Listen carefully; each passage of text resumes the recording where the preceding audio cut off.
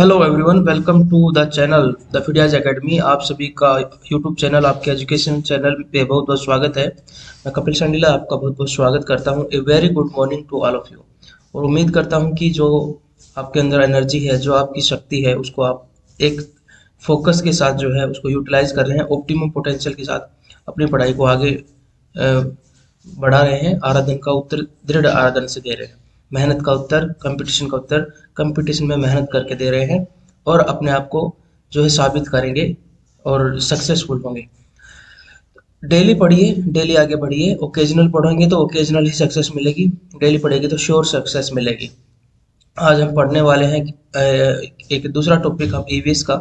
उससे पहले मैं आपको बता देता हूं कि अगर आप चैनल से पहली बार जुड़े हैं तो केवीएस की प्रिपरेशन के लिए, पीआरटी, टीजीटी, पीजीटी की प्रिपरेशन के लिए और डीएसएसबी की प्रिपरेशन के लिए जो है स्पेशली हम चैनल पे कोशिश जो है कर रहे हैं, आप सभी के साथ जुड़े हुए हैं और क्वालिटी क्लासेस आपको देने की कोशिश कर रहे हैं। इसके अलावा अगर आप चैनल पर नए हैं तो हमारे यूट्यूब चैनल को सब्सक्राइब कर लीजिए और मेटा जो फेसबुक का नया नाम है उस पर भी हमारे पेज को सब्सक्राइब कर लीजिए और टेलीग्राम पे भी हमारे जो पेजेस हैं उसको सब्सक्राइब कर लीजिए, ताकि आपको वैकेंसी से रिलेटेड, प्रिपरेशन से रिलेटेड, स्ट्रेटेजी से रिलेटेड सारी इन्फॉर्मेशन और नोट्स वगैरह जो है वो पीडीएफ मिलती रहे। साथ ही साथ आप सभी को इन्फॉर्म कर दे रहा हूँ कि जो अभी डीएसएसबी से रिलेटेड बच्चे तैयारी कर रहे हैं, स्पेशली मार्च में जो 42/21 और 47/21 का जो एग्ज़ाम होना है उसके लिए वैरायटी कोर्सेज जो है हमारे चैनल, हमारी ऐप पर, गूगल प्ले स्टोर पर हमारी ऐप द फिडियाज एकेडमी नाम से ऐप पर आप जाके उसमें एनरोल कर सकते हैं और साथ ही साथ हमारे साथ तैयारी कर सकते हैं, जिससे मैं आपको प्रैक्टिस सेट भी दिए जाएंगे साथ ही साथ।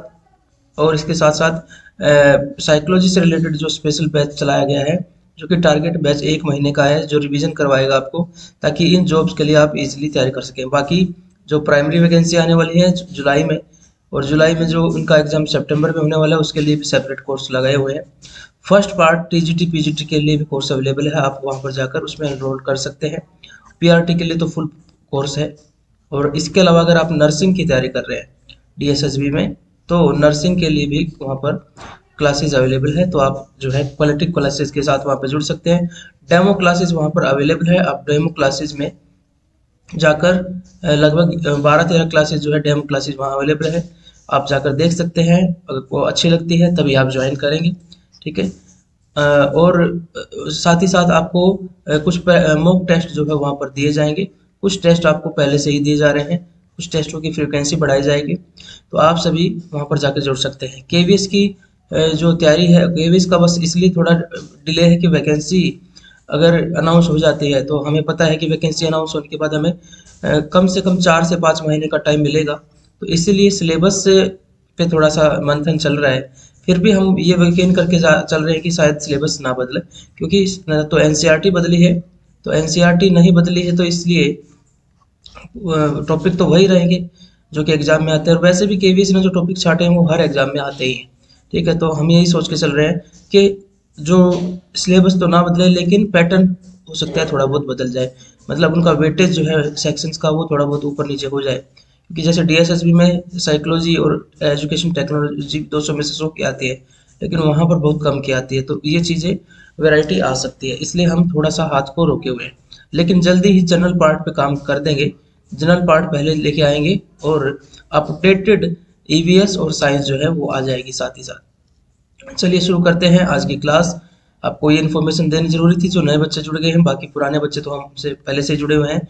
Natural resource EVS by Kapil Sandile, आप सभी के जो है साथ में जुड़ा हुआ हूँ। कुछ बच्चे पुराने भी हैं, कुछ नए भी हैं, ठीक है। पुराने बच्चे रिवाइज कर ले और नए बच्चे जो है पूरा थ्योरी क्लासेस जो है अटेंड कर सकते हैं। सबसे पहले एयर पे बात करते हैं। ये टॉपिक दिया गया है नेचुरल रिसोर्स केवीएस में, और इससे रिलेटेड क्वेश्चन हर जगह पे आते हैं, ऐसा नहीं कि केवीएस का ही ये टॉपिक रह गया है। एटमॉस्फेयर, सबसे पहले बात करते हैं कि एयर जो है वो एटमॉस्फेयर में अवेलेबल है। हमारी जो धरती है उसके चारों तरफ एक ब्लैंकेट सा है, और यही ब्लैंकेट जो है धरती को लिवेबल बनाता है, मतलब यहाँ पर रह सकते हैं। अगर ये ब्लैंकेट नहीं होगा तो धरती या तो दिन में तो बहुत गर्म हो जाएगी कि हम हॉटनेस से जल ही जाएं, और रात में इतनी ठंडी हो जाएगी सब कुछ फ्रीज हो जाए। ये ब्लैंकेट इसको रहने योग्य बनाता है। और earth is surrounded by a huge blanket of air called as atmosphere and this atmosphere on earth is held by gravity. ये जो हवाएं हैं ये बाहर जा सकती हैं, जैसे चांद पर एटमॉस्फेयर नहीं है, लेकिन हमारी अर्थ की ग्रेविटी इसको जो है अपनी तरफ खींच के रखती है। ठीक है, तो अदरवाइज ये एटमॉस्फेयर भी चला जाता, जैसे चांद के ऊपर भी गैसेस थी, लेकिन वो ग्रेविटी इतनी ज़्यादा नहीं है, तो ये atmosphere is held by gravity, ये ध्यान रखना है। साथ ही साथ इसमें देखना है कि जो हमारी जो एयर है वो मिक्सचर ऑफ गैसेज है। तो देखिए ये इस तरीके से ग्रेविटी से इसको हेल्ड करके रखा जाता है अर्थ के द्वारा। अब जो हमारी जो कंपोजिशन ऑफ एयर है, वायु की संरचना है, उसके अंदर वैरायटी ऑफ गैसेस है, ये मिक्सचर ऑफ गैसेस है। मिक्सचर क्या होता है? जिसमें चीजें आपस में केमिकली रिएक्ट नहीं करती। ठीक है, केमिकली रिएक्शन हो जाए तो ये अपनी कंपोजिशन चेंज हो जाएगा, नाइट्रोजन का कुछ और बन जाएगा। तो यहाँ पर मिक्सचर ऑफ गैसेस है, सबसे ज्यादा क्वांटिटी में है नाइट्रोजन। नाइट्रोजन इंपॉर्टेंट गैस है, इसके बारे में थोड़ा डिटेल में ही बताएंगे। और दूसरे नंबर पर है 21%, ये परसेंटेज याद होना चाहिए। 21% ऑक्सीजन है। और भी कुछ गैसेज है जो लेस अमाउंट में है, argon, carbon dioxide, hydrogen.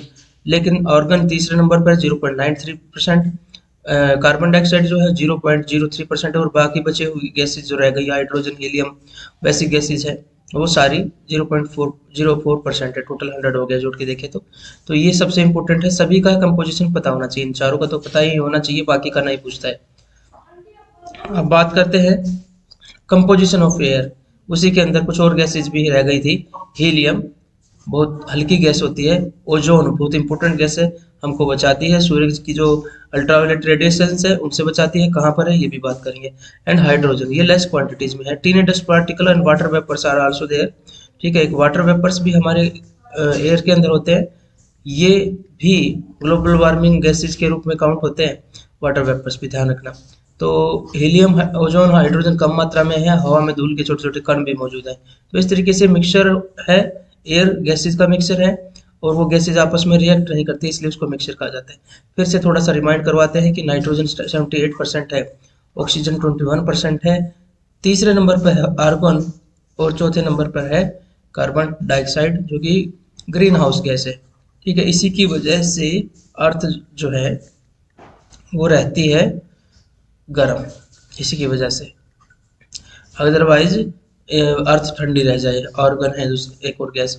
Green house effect का मतलब क्या है? ग्रीन हाउस गैस है ये, इसका मतलब क्या है कि सोलर रेडिएशन जो आते हैं, जो अर्थ से टकराते हैं, अर्थ से टकराने के बाद वो लॉन्ग वेव रेडिएशन में, वार्म रेडिएशन में बदल जाते हैं, जिसको CO2 ट्रैप कर लेती है। ठीक है, CO2 ट्रैप कर लेती है। इसकी वजह से ये रेडिएशन जो है धरती पर इस ट्रैप रह जाते हैं और एटमॉस्फेयर गर्म हो जाता है। इसी वजह से हम यहाँ पर रह पाते हैं, अदरवाइज एटमॉस्फेयर बहुत ही ठंडा होता है। अब बात करते हैं पहली गैस की, नाइट्रोजन बहुत इंपॉर्टेंट है प्लांट्स के लिए। ठीक है, their survival depend on this gas, उनका सर्वाइवल इस गैस पे डिपेंड करता है, क्योंकि नाइट्रोजन फिक्सेशन एयर से किया जाता है और उसकी जड़ों से जो है उसको कंज्यूम किया जाता है एज फर्टिलाइजर, एज न्यूट्रिएंट इसको यूज किया जाता है। Oxygen is essential for humans and animals. देखिए नाइट्रोजन जो है ना एयर के अंदर 78% है, हमें पता है। और जब हम एयर ब्रीथ करते हम सांस लेते हैं तो ये भी अंदर जाती है, लेकिन ये अब्जॉर्ब नहीं होती। ठीक है, ये अंदर अब्जॉर्ब नहीं होती है, ये फेफड़ों में जाती तो है लेकिन वहां पर ब्लड में नहीं जाती है। ऑक्सीजन एसेंशियल है ह्यूमन के लिए। दूसरा, नाइट्रोजन जो है वो बर्निंग को कंट्रोल करती है। एक क्वेश्चन आता है कि कौन सी गैस बर्निंग को कंट्रोल करती है, तो नाइट्रोजन ही है। Oxygen essential for human and animals, oxygen essential है ह्यूमन और एनिमल्स के लिए। वे ब्रीथ करते हैं ऑक्सीजन और produce by the green plants, और जो ग्रीन प्लांट्स जो है वो ऑक्सीजन को प्रोड्यूस करते हैं और ह्यूमंस उसको लेते हैं और बाद में CO2 छोड़ते हैं। तो ये बैलेंस बना हुआ है। लगभग जितने भी लिविंग बींग्स है वो ऑक्सीजन लेते हैं, CO2 छोड़ते हैं। जितनी CO2 वो छोड़ते हैं, ठीक है, उसको कन्वर्ट वापस ऑक्सीजन में कर दिया जाता है प्लांट्स के द्वारा। मतलब जितनी हम O2 लेते हैं उतनी O2 प्लांट्स हमें दे देते हैं। तो ये बैलेंस बना रहता है। अगर प्लांट्स को हम काट देंगे ऑक्सीजन का बैलेंस खत्म हो जाएगा और ऑक्सीजन कम हो जाएगी, बाकी गैसेस का कंपोजिशन CO2 का बढ़ जाएगा। तो ये बैलेंस जो है बना रहना चाहिए, प्लांट्स को नहीं काटना है। इसके अलावा बर्निंग ऑफ जो फ्यूल होता है उससे भी CO2 बढ़ रहा है। Green plants take in carbon dioxide which is release by human and animals, thus there is a mutual relation between plants and the human और एनिमल्स। पौधों के लिए नाइट्रोजन बहुत महत्वपूर्ण है, इनका अस्तित्व इसी गैस पर निर्भर करता है। ऑक्सीजन इंसान और जानवरों के लिए जरूरी है। वे प्रकाश संश्लेषण के दौरान हरे पौधे द्वारा उत्पादित ऑक्सीजन में सांस लेते हैं, हरे पौधे कार्बन डाइऑक्साइड लेते हैं जो मनुष्य जानवर द्वारा छोड़ी जाती है। तो इस प्रकार पौधे और मनुष्य का जानवरों के बीच एक पारस्परिक संबंध बना हुआ है। ठीक है, अब आगे देखते हैं structure of the atmosphere. Atmosphere का स्ट्रक्चर जो है, एटमॉस्फेयर एक लेयर का नहीं बना हुआ है, अलग अलग कंपोजिशन के साथ और अलग अलग फीचर के साथ कई लेयर्स में डिवाइडेड है। पहली लेयर है ट्रोपोस्फेयर, जिसे शोभ मंडल कहा जाता है। शोभ का मतलब है गुस्सा, मतलब यहाँ पर कुछ ऐसी चीजें होती हैं कि शांति नहीं रहती, तो ये इसलिए ये एवरेज हाइट इसकी 13 किलोमीटर तक है। लेकिन अगर हम देखें तो इक्वेटर पर हाइट इसकी ज़्यादा है और पोल्स पे कम है। इक्वेटर पर लगभग 16 किलोमीटर हो गया और पोल्स पे 8 हो गया। ठीक है, तो इसको देखेंगे 18 भी काउंट कर लेते हैं अगर ट्रोपोपोज देखते हैं तो। ठीक है, और यहाँ पर इसको 8 से 10 तक काउंट कर लेते हैं। इनका एवरेज निकालने की कोशिश करें, लगभग 13 किलोमीटर ही एनसीईआरटी कहती है। The layer in which the air we breathe, इसी लेयर में हम जो ब्रीथ करते हैं वो एयर होती है। ऑलमोस्ट ऑल वेदर फिनोमेना, सारे वेदर फिनोमेना, जिसमें साइक्लोन भी हो सकता है, ठीक है, रेन भी हो सकती है, फॉग भी हो सकती है, और इसके अलावा हेल स्टॉर्म जो ओले पड़ते हैं वो भी इसी के अंदर ही होता है। तो सारे वेदर फिनोमेना यहीं पर होते हैं। स्ट्रेटोस्फेयर दूसरी लेयर इसके ऊपर है, ये 50 किलोमीटर की हाइट तक होती है, 13 से ऊपर एवरेज 50 किलोमीटर निकाल लीजिए। इसमें एक इम्पोर्टेंट गैस होती है ओजोन। ओजोन आइडियल फॉर, इसके अलावा यहाँ पर ना शांत रहता है, ये यहाँ पर बादल फ्री ऑफ क्लाउड है, इसलिए एरोप्लेन और जेट प्लेन के जो है उड़ने के लिए आइडियल कंडीशन है। जब आप जहाज में जाते हैं तो आपको बादलों के ऊपर लेके जाया जाता है, क्योंकि यहाँ वेदर फिनोमेना नहीं होते और कोई डिस्टर्बेंस नहीं होती फ्लाइट में। तो इसके अलावा यहाँ पर ओजोन गैस है। ओजोन गैस हमें अल्ट्रावायलेट रेडिएशन जो है, जो कि लाइफ के लिए ठीक नहीं होते, ह्यूमन लाइफ के लिए भी और दूसरी वेजिटेशन के लिए भी, तो अल्ट्रावायलेट रेडिएशन को ये शॉक लेती है, नीचे नहीं आने देती, तो प्रोटेक्ट करती है हमें, जीवन को प्रोटेक्ट करती है। मेजोस्फीयर, इससे ऊपर अप टू 80 किलोमीटर तक एक और लेयर है मेजोस्फीयर। ये लेयर जो है, इसमें बर्निंग ऑफ मीटियोर होता है, जो उल्का पिंड होते हैं वो यहाँ पर जलते हैं, जो हमें टूटता तारा दिखाई देता है वो यहीं पर जलते हैं। Thermosphere, thermosphere is the next layer, 80 kilometre से 700 किलोमीटर के बीच में होती है। यहाँ पर इसके अंदर एक और लेयर बीच में होती है आयनोस्फीयर। गैसेज जो है वो आयन के रूप में बने होते हैं, काफी हॉट गैस के रूप में, और यहाँ से ये नीचे से रेडियो सिग्नल जो भेजा जाता है उसको रिफ्लेक्ट कर देते हैं। मान लीजिए यहाँ पर एक टावर है, इस टावर से सिग्नल भेजा गया और ये आयनोस्फीयर से इसको रिफ्लेक्ट कर दिया गया। रिफ्लेक्ट करके ये हमारे रेडियो सिग्नल मोबाइल तक आ जाता है और रेडियो का इस तरीके से कम्युनिकेशन होता है। तो ये भी थर्मोस्फीयर रेडियो कम्युनिकेशन यहाँ पर देखने को मिलता है। Exosphere, exosphere upper most layer है जो कि आपको स्पेस से मैच मिला देती है, काफी बड़ी लेयर है ये। थिन एयर्स होती है इसमें, बहुत ही हाइड्रोजन और हीलियम जैसी हल्की एयर होती है जो कि काफी थिन होती है। तो ये आपको ये फाइनली मर्ज हो जाती है स्पेस के साथ, ठीक है, अंतरिक्ष के साथ। ये थी 4 लेयर। एक बार हम इसको थोड़ा सा फिर से रिवाइज करने की कोशिश करें अगर तो ये इसने यहाँ पर हालांकि 10 किलोमीटर दिखाया है, 13 एवरेज होती है, ठीक है, और ये 50 किलोमीटर तक तो ठीक है, और ये 80 किलोमीटर भी ठीक है, और ये ठीक है, और उसके ऊपर ये ऊपर तक चलती है। ठीक है, हमने यहाँ पर देखा कि यहाँ पर वेदर फिनोमेना होता है, जितने भी वेदर जितने रिलेटेड फिनोमेना है वो यहीं पर होते हैं, यहाँ पर वेदर फिनोमेना नहीं होते। तो यहाँ जेट प्लेन जो है उड़ाए जा सकते हैं इजीली, ठीक है, और एरोप्लेन, यहाँ पर ओजोन गैस होती है, ठीक है, और यहाँ पर सारी वो वेदर फिनोमेना शोभ मंडल में हो जाते हैं। इसको शोभ मंडल कहते हैं, इसको समताप मंडल कहते हैं। यहाँ पर मेजोस्फीयर में क्या हमने देखा, उल्का पिंड जो है, मतलब उल्का पिंड हिंदी में लिखना चाहिए, ठीक है, ये जलते हैं। और थर्मोस्फीयर में आयनोस्फीयर होती है जो कि रेडियो कम्युनिकेशन में आपको हेल्प करती है। आगे बढ़ते हैं।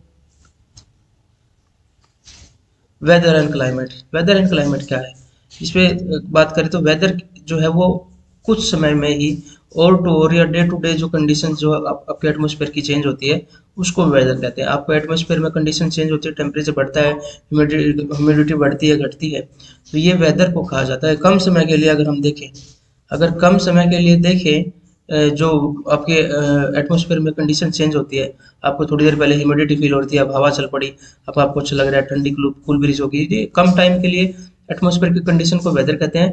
और क्लाइमेट क्या है, is the weather condition for a large period और लार्ज एरिया, ठीक है, लार्ज पीरियड मतलब काफी लंबे समय तक क्लाइमेट की वेदर कंडीशंस का एवरेज निकाल लिया जाए, तो वो भी 20-25 साल तक, ऐसे नहीं 1-2 साल तक, 20-25 साल तक आपको लगता है कि गर्मी होती है जून जुलाई में, तो यहाँ का शुष्क मौसम हो जाता है, ये आप लिख सकते हैं, क्लाइमेट जो है आपका शुष्क हो जाता है, जलवायु यहाँ की शुष्क है। ट्रॉपिकल एरिया मतलब और आपको सर्दी में ठंड फील होती है, तो मतलब यहाँ पर सर्दी में शीत एरिया हो जाता है, ये आप कह सकते हैं, क्योंकि 20-25 साल से आप यही देखते आ रहे हैं। ठीक है, तो ये बड़ी अवधि का जलवायु जो है, बड़ी अवधि की जो क्लाइमेट जो वेदर कंडीशन है उनका एवरेज होता है। अब है टेम्परेचर क्या है। टेम्परेचर जो है degree of hotness and coldness of air. Air कितनी हॉट होती है, कितनी गर्म होती है, तो उसको आप फील करते हैं, उसी को डिग्री है हॉटनेस की। ठीक है, ऐसा पानी में भी हो सकता है कि पानी का टेम्परेचर कितना हो गया, हमारे बॉडी का temperature. Degree of hotness and coldness, कितने कितने हम गर्म है, कितने हम ठंडे हैं, हवा कितनी गर्म है, कितनी ठंडी है, इस चीज़ को मापने के लिए टेम्परेचर के यूनिट का यूज किया जाता है। Temperature of atmosphere change not only day and night. देखिए, ना तो दिन और रात में टेम्परेचर चेंज नहीं करता है, बल्कि आप अगर सीजन टू सीजन देखें तब भी टेम्परेचर चेंज होता है। देखिए, रात को टेम्परेचर कम हो जाता है और दिन में टेम्परेचर इंक्रीज हो जाता है, रात को डाउन हो जाता है। साथ ही साथ सीजन में देखें तो आप जनवरी फरवरी में आप या दिसंबर में देखें तो भारत के उत्तर भाग में अगर देखें तो यहाँ कोल्ड टेम्परेचर कम होता है। ठीक है, और यहाँ पर गर्मी में देखें तो टेम्परेचर हाई होता है, हॉटनेस दिखाई देती है। And important factor that influence the distribution of temperature insolation. Insolation क्या है, अमाउंट ऑफ सोलर एनर्जी जो आपने रिसीव की, ये किस प्लेस पे कितनी है, उससे भी जो है टेम्परेचर का डिस्ट्रीब्यूशन इफेक्ट होता है। अगर कहीं पर सोलर रेडिएशन ज़्यादा आ रहे हैं, जैसे भूमध्य रेखा पर 0 डिग्री पर, तो वहाँ पर इक्वेटर पर आपको टेम्परेचर ज़्यादा फील होता है। और अगर कहीं पर सोलर रेडिएशन जो है कम आ रहे हैं, जैसे कि आप पोल पे देखते हैं, तो वहाँ पर आपको टेम्परेचर जो है कम फील होता है। तो हवा के गर्म और ठंडे होने की डिग्री को ही तापमान कहा जाता है। पहली बात तो ये, वातावरण का तापमान न केवल दिन और रात के बीच बल्कि मौसम से मौसम में भी बदलता रहता है। तापमान के वितरण को प्रभावित करने वाला एक महत्वपूर्ण कारक है सूर्य ताप। सूर्य से जो ताप आता है वही तापमान के वितरण को प्रभावित करता है, और इसीलिए आपको धरती पर अलग अलग जगह अलग अलग टेम्परेचर फील होता है। वो आपको अभी समझाएंगे। मुझे लगता है यहाँ तक आपको समझ में आ गया है। चलिए इसको आगे बढ़ाते हैं। तो अभी तक बात की हमने इंसोलेशन से टेम्परेचर वो इफेक्ट करता है, हॉरिजॉन्टल डिस्ट्रीब्यूशन में टेम्परेचर इफेक्ट करता है इंसोलेशन की वजह से। और इंसोलेशन क्या है ये भी देखेंगे। टेम्परेचर के अंदर ही सब टॉपिक जो है इंसोलेशन है। It is the incoming solar energy absorb by the earth. ये इनकमिंग सोलर एनर्जी है जो पृथ्वी द्वारा अवशोषित होने वाली सौर ऊर्जा को इंसोलेशन कहा जाता है। इसका अमाउंट कम हो ज़्यादा हो जाता है हॉरिजॉन्टल डिस्ट्रीब्यूशन में। इसकी वजह से अलग अलग जगह पर अलग अलग तरह का क्लाइमेट होता है। थोड़ा सा हम चित्र के माध्यम से आपको बताएंगे। The amount of insolation decrease from equator to earth. ये इंसोलेशन जो है, अगर इक्वेटर से पोल की तरफ चलते हैं, भूमध्य रेखा से चलते हैं तो उत्तरी ध्रुव की तरफ, तो ये डिक्रीज होता है। Temperature is measured in Celsius and Fahrenheit. Temperature को मेजर करने की जो यूनिट है वो सेल्सियस है, पहले इसको सेंटीग्रेड कहा जाता था, और फ़ारेनहाइट। ठीक है, इसके अलावा केल्विन में भी इसको करते हैं। सूर्यातप, पृथ्वी द्वारा अवशोषित होने वाली एनर्जी सौर ऊर्जा है, और सूर्यातप की मात्रा भूमध्य रेखा से अगर ध्रुवों की तरफ चले तो घटती जाती है। इसकी वजह से वहाँ कोल्डनेस बढ़ती जाती है। तापमान को सेल्सियस, फ़ारेनहाइट और केल्विन में हम मेजर करते हैं, इस यूनिट में मेजर करते हैं। अब आपको बता दें कि क्यों इंसोलेशन अलग अलग लैटिट्यूड पे अलग अलग होता है। लैटिट्यूड क्या है, जो हॉरिजॉन्टल लाइन होती है, लेटी हुई लाइन है, अक्षांश रेखा है, यहाँ पर देखिए 0 डिग्री होती है, और ऊपर की तरफ चले जाए तो यहाँ 90 डिग्री हो जाता है। ठीक है, तो यहाँ देखिए, यहाँ पर सूरज की किरणें बिल्कुल सीधी टकरा रही है। अगर ये 1 सेंटीमीटर का कॉलम सूरज का अगर चल रहा है, तो ये 1 सेंटीमीटर की जो किरणें हैं वो 1 सेंटीमीटर पर ही सीधे टकरा रही है। ठीक है, और यहाँ पर देखिए, एक तो मान लीजिए एक तो सीधे ऐसे टकराए, और यहाँ की कंडीशन देखिए, जैसे जैसे ऊपर जाएंगे, ये कॉलम तो अभी भी 1 ही सेंटीमीटर का है। यहाँ देखिए, ये एरिया बढ़ता जा रहा है, मतलब उतनी ही सोलर एनर्जी ज्यादा एरिया में आकर जो है फैल रही है, तो इसकी वजह से टेम्परेचर डिस्ट्रीब्यूशन हो जाएगा और टेम्परेचर लेस हो जाएगा। अगेन फिर 1 सेंटीमीटर का कॉलम है, और ये देखिए यहाँ पर कितने बड़े एरिया में उतनी ही एनर्जी, जो एनर्जी इस छोटे से एरिया में यहाँ पर आ रही है, वो दुगने एरिया में यहाँ फैल रही है। तो सीधी सी बात है, यहाँ पर टेम्परेचर हाफ हो जाएगा, कम से कम, और भी कम हो सकता है। तो इसी दूसरा, एक तो सीधी टकराई, और वहां पर हम देख रहे हैं कि जो सूरज की जो किरणें हैं वो ऐसे तिरछी टकरा रही है, ओब्लिक पड़ती है। ठीक है, तो इस तरीके से यहाँ पर आपको देखने को मिलता है कि टेम्परेचर ऊपर की तरफ जाए तो डिक्रीज होता जाता है। दैट इज वाई यहाँ पर ध्रुवों पर बर्फ होती है। आर्कटिक जो महासागर है वहाँ पर बर्फ जमी हुई है, और अंटार्कटिक की महाद्वीप पर भी बर्फ जमी हुई है, और -45 तक टेम्परेचर चला जाता है। तो काफी टेम्परेचर डिफरेंस देखने को मिलता है। और भूमध्य रेखा के थोड़ा सा उत्तर की तरफ सबसे मैक्सिमम 27 डिग्री तक टेम्परेचर आपको समुद्रों में देखने को मिलता है। पढ़ते हैं, देखिए लैंड का टेम्परेचर तो और भी ज्यादा मिल सकता है आपको। समुद्र के एरिया की बात, टेम्परेचर की बात कर रहे हैं। अब एयर से रिलेटेड एक फिनोमिना है जिसको कहते हैं वायुदाब। आपको आश्चर्य हो गया जानकर, you will be surprised that एक ग्रेट फोर्स के साथ जो है एयर हम पर प्रेशर डालती है, लेकिन हम उस प्रेशर को जो है फील नहीं करते, क्योंकि उसी प्रेशर को अंदर से जो हमारा ब्लड प्रेशर है और बाकी जो एयर्स अंदर है, उससे उस प्रेशर को बैलेंस कर दिया जाता है, हमको फील नहीं होता है। ठीक है, तो ये बैलेंस वाली सिचुएशन है। और जितना, अब देखिए, air pressure is defined as the pressure exerted by the weight of air. जो एयर का जो वेट है, उससे जो हमारे ऊपर प्रेशर एक्सर्ट किया जाता है, उसे कहते हैं air pressure on earth surface, earth की सरफेस पे। Horizontally, the distribution of air pressure is influenced by the temperature of the air at a given place.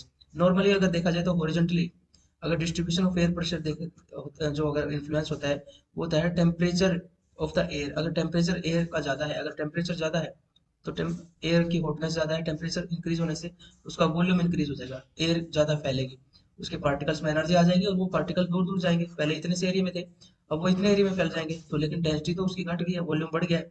Density कम होने की वजह से वो हल्की हो जाती है और ऊपर की तरफ उठने लग जाती है, मतलब ऊपर की तरफ उसकी हॉरिजॉन्टल, इसको कहते हैं कन्वेक्शन होने लग जाता है, सामान्य धारा बन जाती है। इसकी वजह से हवा ऊपर की तरफ उठ रही है, तो इस एरिया में हवा नीचे दबाव नहीं डाल रही, तो यहाँ पर जब टेम्परेचर इंक्रीज होगा तो प्रेशर डिक्रीज हो जाएगा, लो प्रेशर एरिया बन जाएगा, कम वायु दाब क्षेत्र बन जाएगा।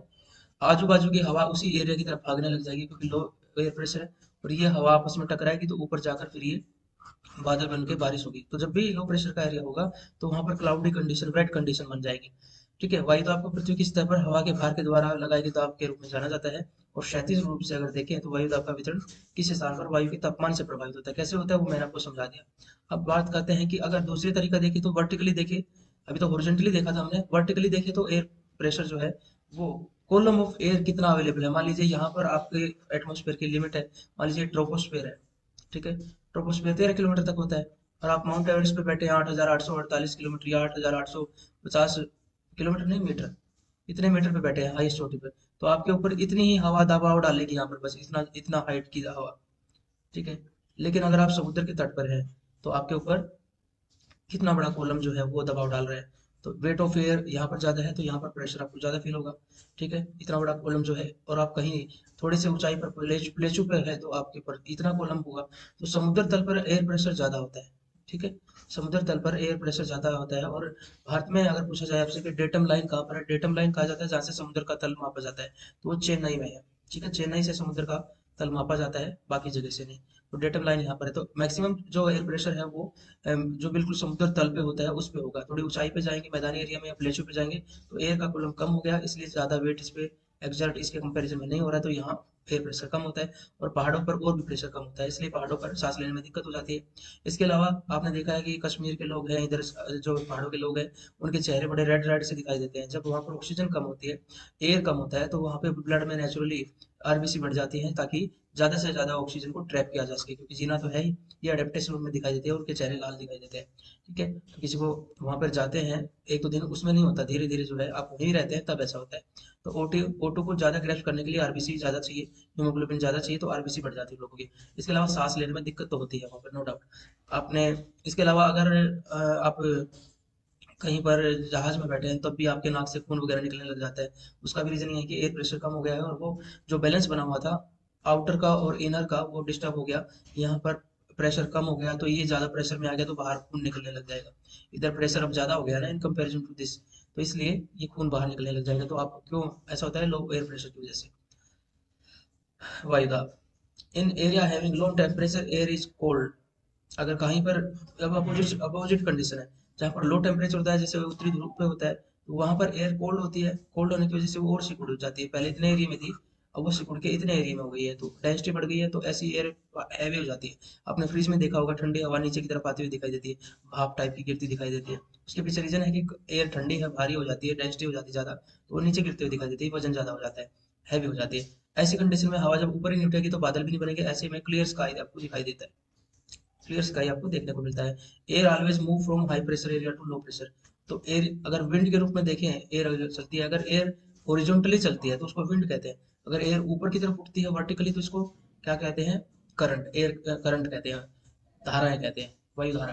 तो ये हॉरिजॉन्टल जो हवा चलती है वो हमेशा हाई प्रेशर से लो प्रेशर की तरफ चलती है, क्योंकि लो प्रेशर में यहाँ स्पेस बन गया है, हवा ऊपर उठ के चली गई है, तो इसलिए हाई प्रेशर की हवा इधर भागने लग जाएगी। ठीक है, नेचुरल सी चीज है। अब हम बात करते हैं, इनको एक पिक्चर के माध्यम से थोड़ा देख लेते हैं। ये कंडीशन है जब हीट यहाँ पर देखिए, जब हाई प्रेशर है, यहाँ पर हवा वायु दाब ज्यादा है, हवा नीचे बैठ रही है, तभी तो प्रेशर ज्यादा है। ठीक है, वायु दाब बढ़ गया है यहाँ पर, प्रेशर ज्यादा हो रहा है, हवा ठंडी है, तो ऐसे में बादल नहीं बनेंगे और आपको क्लियर स्काई दिखाई देगा। लो एयर का फ्लो जो है वो यहाँ से इस तरफ होगा, एयर फ्लो इस तरफ होगा, हाई प्रेशर से लो प्रेशर की तरफ होगा। लो प्रेशर में क्या है, यहाँ हीट ज्यादा हो रखी है, हवा गर्म होकर ऊपर जा रही है। ठीक है, संवहनीय धारा कन्वेक्शन करंट बन गए हैं वो एयर का, और बहुत सारी हवा आजू बाजू से इधर भाग रही है, आपस में टकरा कर ऊपर उठ रही है, और यहाँ पे क्लाउडी स्काई हो जाता है, क्लाउडी और वेट बारिश होती है, तो यहाँ पर आपको सूरज नहीं दिखाई देगा उस दौरान। तो और हवा नॉर्मली हाई प्रेशर से लो प्रेशर की तरफ, क्योंकि इधर खाली जगह बन गई है और ये हॉरिजॉन्टल जो है वो मूवमेंट होता है।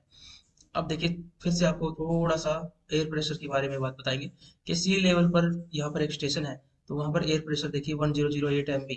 इनको याद रखने की जरूरत नहीं है, बस समझाने की बात है। सी पे एयर प्रेशर ज्यादा होता है, थोड़ा ऊंचाई पे जाएंगे, मैदानी एरिया या थोड़ा ऊंचाई पे, तो आपका एयर प्रेशर कम हो गया, और अगर आप किसी ऊंचाई बहुत ज्यादा ऊंचे पे है तो एयर प्रेशर और भी कम हो गया। ठीक है, सी लेवल के कंपैरिजन में जैसे ऊंचाई पे जाएंगे तो एयर प्रेशर वायु दाब कम होता जाता है। अगेन वही कंडीशन है।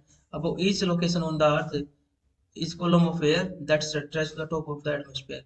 देखिए, हर जगह पर, पृथ्वी की हर जगह पर एक कॉलम ऑफ एयर होता है, और वो अपर मोस्ट लेयर जो एटमॉस्फेयर की वहां तक एग्जिस्ट करता है, और वो प्रेशर डालता है। तो सी लेवल पे एक बड़ा कॉलम है, ज्यादा प्रेशर डालता है। अब देखिए, यहाँ पर एक और चीज दिखाने की कोशिश की गई है, यहाँ पर देखिए एयर के कण काफी पास पास में है, मतलब ज्यादा एयर प्रेशर, ज्यादा एयर यहीं पे है।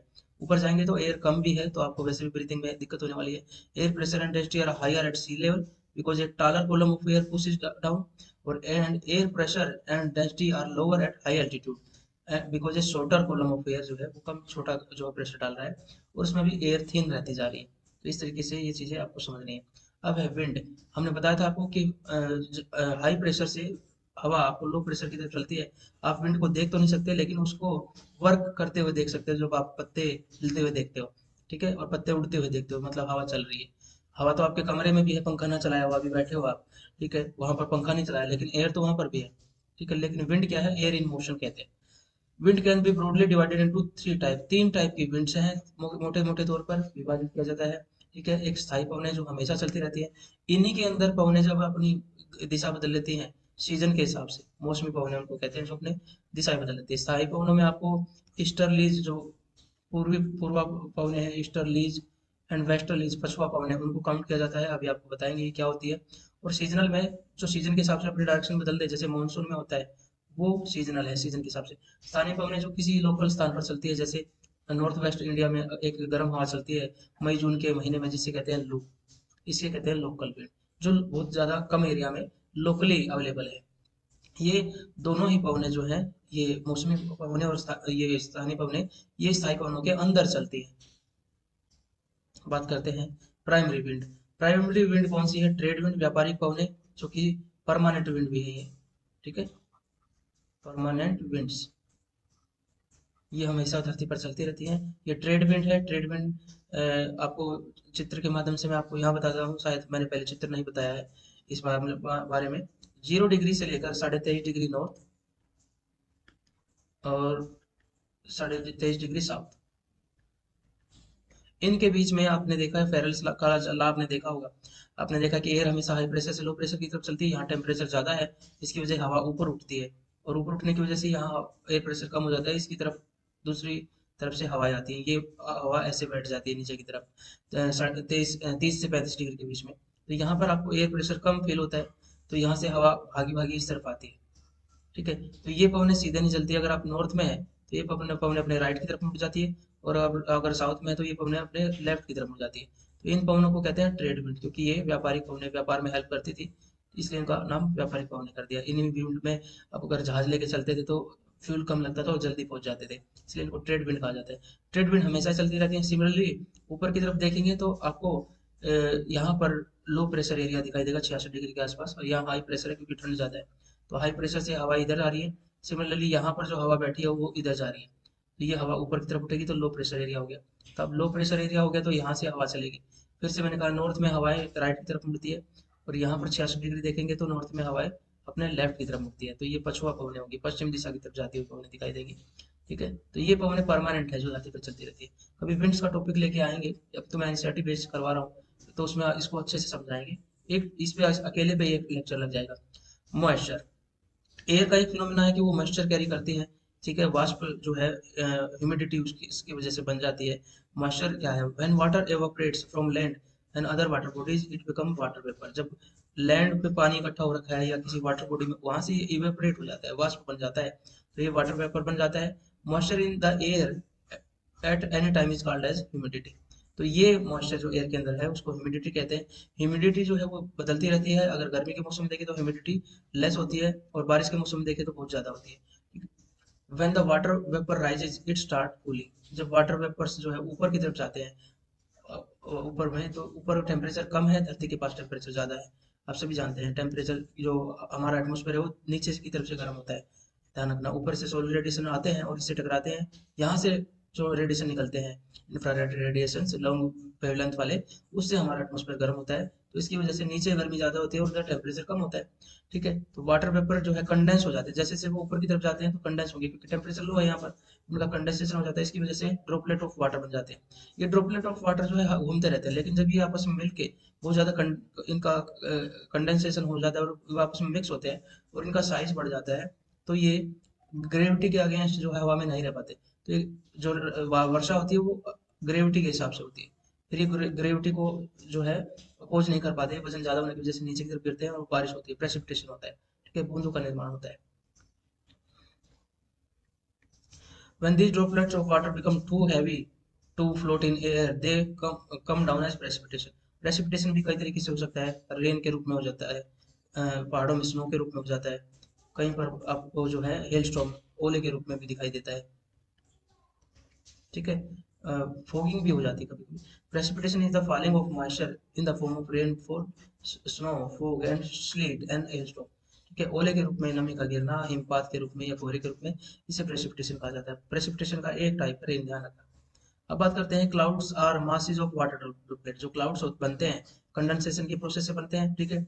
वेपर तो इवेपरेशन से बने थे या वेपराइजेशन से बने थे, और अब उनका कंडेंसेशन हो गया तो वाटर ड्रॉपलेट्स बन गई है। When these droplets of water become very heavy, they come down as precipitation. Precipitation that come down on the earth is in liquid form is called rain. जो प्रेसिपिटेशन रेन लिक्विड के रूप में आता है उसे रेन कहते हैं, ध्यान रखना, बारिश कहते हैं। अब बात करते हैं, there are three type of rainfall. एक तो कन्वेक्शनल रेनफॉल होती है। ये कन्वेक्शनल रेनफॉल जो है वो ट्रॉपिकल एरिया में होती है, भूमध्य रेखा पर होती है। नीचे टेम्परेचर बहुत ज्यादा है, टेम्परेचर ज्यादा होने की वजह से, जिस 0 डिग्री मान लीजिए, यहाँ पर 25 डिग्री 30 डिग्री, ये सारा ट्रॉपिकल एरिया है, 23 डिग्री के बीच में। तो यहाँ टेम्परेचर ज्यादा है तो हवा गर्म होकर ऊपर की तरफ उठती है। जैसे जैसे वो ऊपर उठेगी टेम्परेचर डाउन होता जाता है, ऊपर जाते हैं, हमें पता है। तो यहाँ पर ये कंडेंसेशन हो जाता है। तो ये देखिए कन्वेक्शन, कन्वेक्शन क्या होता है, जिसमें एनर्जी को लेकर संवहन की क्या क्या है, इसमें एनर्जी जो है वो तो मूव करती ही है, मॉलिक्यूल भी मूव करते हैं। तो आप यहाँ देखेंगे एयर मॉलिक्यूल गर्म होकर ऊपर उठ रहे हैं एनर्जी लेके, तो इसलिए इसको कन्वेक्शन करंट कहा जाएगा। विंड नहीं है, ये करंट है, जो वर्टिकल मूवमेंट है उसको करंट कहा जाता है। तो बादल बनते हैं और ये बारिश होती है, इसे संवहनीय वर्षा करते कहते हैं। दूसरा जो वर्षा है वो है ओरोग्राफिक रेनफॉल, ये मानसून टाइप की है, ठीक है, पर्वतीय वर्षा कहते हैं इसको। तो भौगोलिक वर्षा या पर्वतीय वर्षा ये मानसून टाइप की है। हवाएं चल रही है, उनको बारिश नहीं करनी है, समुद्र से आई है, लेकिन रास्ते में पहाड़ मिल गए तो वो ऊपर की तरफ उठेंगी, मैकेनिकली उनको ऊपर की तरफ उठाया जाएगा, और ऊपर जाएंगे तो टेम्परेचर कम मिलेगा और बारिश होने लग जाएगी। तो आपने देखा है कि जब मानसून होता है तो पहाड़ों में बारिश बहुत ज्यादा होती है, पहाड़ों में बारिश बहुत ज्यादा होती है इन कंपैरिजन टू जो नॉर्मल एरियाज हैं, ठीक है। और आपने देखा है कि राजस्थान में जो अरावलीज है उसके पैरेलल हवाएं चलती है मानसून, तो उससे टकराती नहीं, इसलिए बारिश कम होती है, ठीक है। और वेस्टर्न घाट पे वो उनसे टकराती है, तो इसकी वजह से वो ज्यादा बारिश करते हैं। तो ये ओरोग्राफिक रेनफॉल होगी। और फिर होगी साइक्लोनिक। तो साइक्लोनिक रेनफॉल जो है वो जब कहीं पर कम वायुदाब का क्षेत्र बन जाता है जमीन पर, तो आसपास की एयर चारों तरफ से आती है और इस चारों तरफ की एयर जो है ऊपर राइज करती है, तो साइक्लोनिक रेनफॉल होती है। इस तरीके से जो है बहुत सारे वर्षा आपने देख ली। वर्षा पौधे जानवर के अस्तित्व के लिए बहुत ज्यादा महत्वपूर्ण है, क्योंकि इसी से हमें शुद्ध जल मिलता है, नदियों में, लेक्स में, झीलों में, नदियों, और बर्फ भी इसी से पड़ती है, प्रेसिपिटेशन से ही बनती है। अभी आपने देखा है वेस्टर्न डिस्प्लेसमेंट से बार बार कह दिया जाता है, आजकल कह दिया जाता है कि 2 दिन में बारिश होगी, और पक्का बारिश हो जाती है, और बर्फ भी पड़ रही है। तो ये बहुत ज्यादा इंपॉर्टेंट है। ये एक बार चित्र से मैंने आपको बता दिया कि ये होगी ओरोग्राफिक, ठीक है। ये ओरोग्राफिक रेनफॉल हो गई है, ये जो मतलब पर्वतीय वर्षा हो गई है, क्योंकि हवा ऊपर उठ रही है तो हवा बारिश बनेगी, और इधर इधर जो हवा नीचे की तरफ आएगी तो फिर बारिश नहीं होगी। इसलिए वृष्टि छाया क्षेत्र जो आपको देखने को मिलता है वेस्टर्न घाट के, भारत में वेस्टर्न घाट के इस तरफ वृष्टि छाया क्षेत्र देखने को मिलता है, कम बारिश होती है। अब ये सवैनी वर्षा होगी, हवा गर्म हो रही है, हवा ऊपर उठ रही है और आपको बारिश कर रही है। इस तरीके से एक और जो वो है वो एयर मास जो है उसके बारे में बात नहीं कर रहे हैं, वो ज़्यादा डीप टॉपिक हो जाता है। तो टॉपिक को हम अभी फोकस रखते हैं, मॉइस्चर मीन्स ह्यूमिडिटी। कितनी ह्यूमिडिटी है किसी एयर के अंदर, मतलब उसके अंदर कितना मॉइस्चर है। ये मॉइस्चर और बढ़ सकता है अगर टेम्परेचर एयर का इंक्रीज कर दिया जाए, तो उसकी वाटर कैरिंग कैपेसिटी जो है वो और बढ़ जाती है। इसलिए आपने देखा है जुलाई के महीने में टेम्परेचर हाई होता है तो वो ज़्यादा ह्यूमिडिटी लेके चलता है, और जब ज़्यादा ह्यूमिडिटी होती है तो कपड़े लेट से सूखते हैं। Humid day is one when the air is full of water vapour, और humid day clothes take longer day to dry. इसलिए कहते हैं कि मानसून बारिश के मौसम में कपड़े लेट के सूखते हैं। कपड़े आपने यहाँ सुखाए, ऑलरेडी इस एयर के पास बहुत ज़्यादा मॉइस्चर हो रखा है, तो ये और मॉइस्चर उससे नहीं ले पाती। ठीक है, अगर एयर चल रही हो, तेज चल रही हो, तो पीछे से नया वाटर कॉलम आ जाएगा, वो मॉइस्चर उठा सकता है। लेकिन इसलिए चलती हवा में कपड़े जल्दी सूखते हैं, लेकिन हवा रुकी हो तो वही एयर जो है वहां पे रुकी हुई है, तो ये और ज्यादा मॉइस्चर नहीं उठा सकती जब तक इसका टेम्परेचर और राइज ना किया जाए। तो इसलिए आपने देखा है कि लेट कपड़े सूखते हैं, और हमारे बॉडी से जो है बहुत ज़्यादा पसीना भी निकलता है, क्योंकि उसमें गर्म गर्म पानी के वो हैं, वेपर्स हैं, और हमारी बॉडी अपने टेम्परेचर को मेंटेन करने की कोशिश करती है, तो वो मॉइस्चर छोड़ देती है जिससे कूलिंग फील हो। तो ये आपका एयर का टॉपिक था। थ्योरी टॉपिक कंप्लीट हो गया है। थ्योरी टॉपिक के बाद अब हम लेके आएंगे आपके लिए क्वेश्चन सेक्शन। क्वेश्चन सेक्शन में मैक्सिमम क्वेश्चन लेके आएंगे जो इस टॉपिक से बन सकते हैं, घुमा फिरा के जैसे बन सकते हैं। तो आपको ये कैसा लगा? अगर आपको ये सेशन अच्छा लगा है तो एक अच्छा रिवीजन हुआ है तो लाइक कर दीजिए, कमेंट करके हमें फीडबैक दे सकते हैं कि हम कैसे क्या करें। इसके अलावा आप ये चीज़ भी फोकस कर सकते हैं कि आपको क्वेश्चंस जो है वो 10 क्वेश्चन का लेके आए या 20 का 30 का आप बता सकते हैं। अब 10 में अगर आपको ज़्यादा बर्डन फील हो रहा है, जैसे 50 क्वेश्चन के लेके आते हैं वो ज़्यादा फील हो रहा है, तो वो भी आप हमें सजेशन दे सकते हैं। टेलीग्राम को ज्वाइन कर लीजिए, मैंने बताया आपको टेलीग्राम में आपको इसकी पीडीएफ वगैरह मिल जाएगी। इसके अलावा जो केवीएस के ओल्ड स्टूडेंट हैं, हमने उनको अलग से ग्रुप में इंक्लूड किया है व्हाट्सएप ग्रुप में, ताकि उन बच्चों को जो उनकी प्रिपरेशन चल रही है, जो पहले से प्रिपरेशन चल रही है, उसको ज़्यादा धार दी जा सके। व्हाट्सएप ग्रुप में उनको इंक्लूड किया हुआ है, तो वो बच्चे रेगुलर रहें, रेगुलरिटी के साथ ही रखेंगे, क्योंकि हमने आपको बताया कि मिनिमम से मैक्सिमम रिजल्ट की कोशिश करेंगे। ठीक है, मिनिमम बच्चे हमें कितने भी मिल जाए, लेकिन उनका मैक्सिमम सिलेक्शन की हम कोशिश करेंगे, इसलिए हमने वो ग्रुप बनाया है। तो आप सबको टारगेटेड एक तरह से टेस्ट ही लिया जा रहा है, यूट्यूब पे टॉपिक करवाए जा रहे हैं और फिर से क्वेश्चन लिए जा रहे हैं, रिवाइज भी करवाए जा रहे हैं। कई बार हम रिवीजन में ढील दे देते हैं, कोई बात नहीं, हमारे साथ रिवीजन कर लीजिए, आपको अलग से भी उस टॉपिक को पढ़ने की जरूरत नहीं है, और उसके बाद उसका टेस्ट भी दे दीजिए, तो आपको काफी अच्छा फील होगा। साइंस की क्लासेज जो है वो रिज्यूम होने वाली है। ठीक है, आज क्लास नहीं हो पाएगी मुझे लगता है, इसको हो सका तो संडे को ही क्लास कर दूंगा मैं।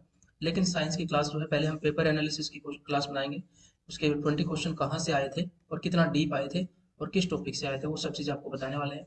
साथ ही साथ कोशिश करेंगे कि चैप्टर भी बताए जाएं, वो जो चैप्टर एनसीईआरटी से हैं। ठीक है, आप सभी को काफ़ी हेल्पफुल होगा वो। आशा करता हूँ कि आपको ये क्लास जो है यूजफुल लगी होगी। यूजफुल लगी है तो हमारे वीडियो को जरूर लाइक कीजिए, पसंद आया तो लाइक कीजिए। ठीक है, लाइक करना बहुत हमें भी अच्छा लगेगा। और दूसरा, हमारी ऐप को डाउनलोड कर लीजिए, ये पीडीएफ जो है, क्वेश्चंस की पीडीएफ जो है आपको वहाँ पे मिल जाएगी। और केवीएस कोर्स के बारे में बात करें तो केवीएस कोर्स भी जल्दी लॉन्च होने वाला है। ठीक है, आप सभी को वेट नहीं करना है, मैंने कहा है वेट बिल्कुल मत कीजिए कि वैकेंसी कब आएगी, मार्च में आएगी, अप्रैल में, मई में, जून में कब आएगी। मुझे लगता है वैकेंसी कभी भी अनाउंस हो सकती है। आप सभी बच्चों को इस चक्कर में नहीं रहना है।